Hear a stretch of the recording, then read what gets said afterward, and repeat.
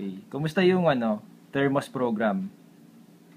Nakakatulong ba sa benta 'yon sa inyo?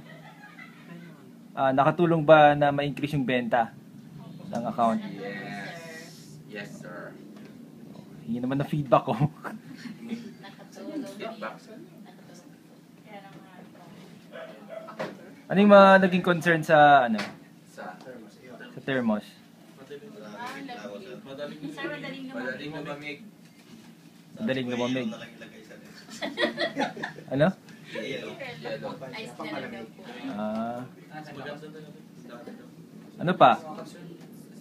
Sir, bali, maganda yung package niya, yung itsura niya. Pero hindi na pupunto yung purpose niya na i-maintain yung init ng water kasi 6 hours lang, ganun, wala na talaga. Totally malamig na.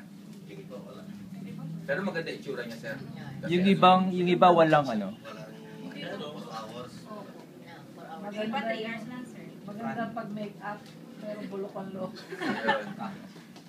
Okay, ano pa? Pero in terms of yung naka-attract ba na sa customers na mas marami yung bibili nila? Sobra. Yun ang gusto nila, sir. Kaya lang, sir, yung Bago sa ginamit na. kumuha, yung pangalawa na ayaw na.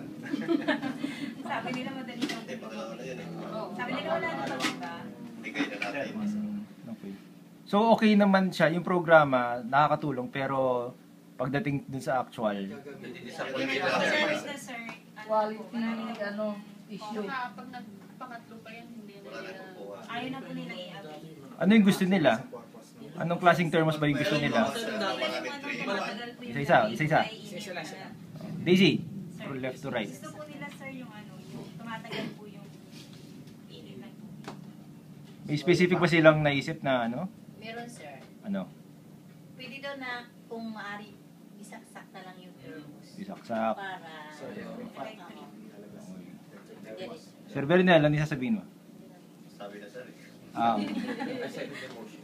Sige. Yung si Ernie, hindi nagsasabi. Para sigurado mainit. Opo, ma'am. So, disaksak. Para Kasi yung iba makita lagay mo, ng lagay ng tubig. nasa tabi-tabi na lang yung binigay namin. Dahil hindi raw may init. Kaya sabi ko tubig na yelo na kayo ilagay nyo ka. Hindi, stainless naman kasi yung loob noon, kaya hindi na babasag. Okay.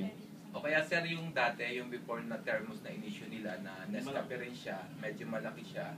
Pero yun talaga, yung yung init ng tubig. Magtatagal. 24 hours. Yung unang inisyo, mga 3 years ago. Kahit nababasag yun, may init siya.